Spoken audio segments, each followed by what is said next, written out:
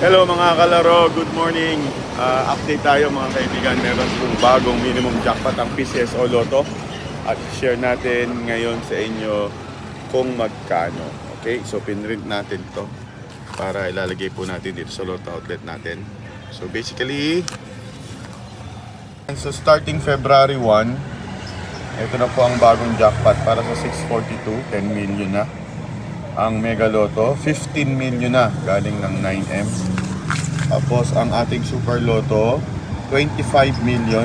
Ang ating Grand Lotto, 45 million na galing 30.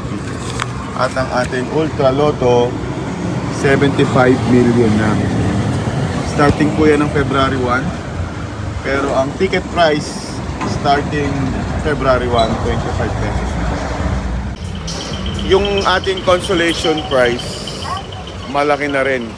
Malaki siya, pero depende sa dami ng nanalo. So katulad ng jackpot price, paghahati-hatian din kung ilan yung nanalo ng consolation price. For example, 100 kayong nanalo ng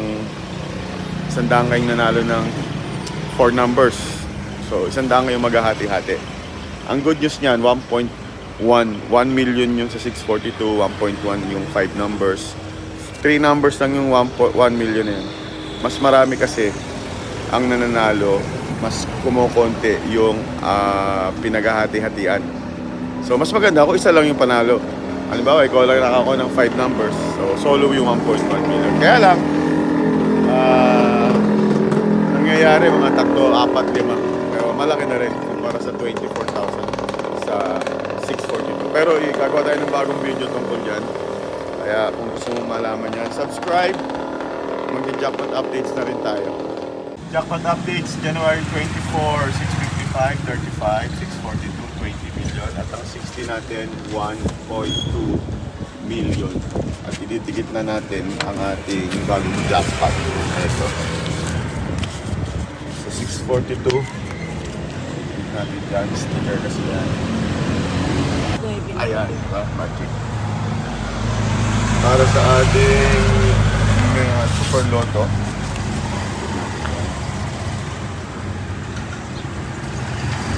Ayan. At ang ating Ultra Lotto. Andito na rin yung announcement ng bagong presyo ng 25 pesos. Ayan. So, ito na ang ating bagong presyo. Ang ating bagong minimum jackpot para sa ating mga Lotto games. Tandaan, starting February 1, 2026, 25 pesos na ang jackpot games. At yan na po ang ating bagong jackpot. Naman tayo ng bagong video sa mga bagong consolation prices. Kaya subscribe, follow at magkita tayo 2 PM, 5 PM at 9 PM.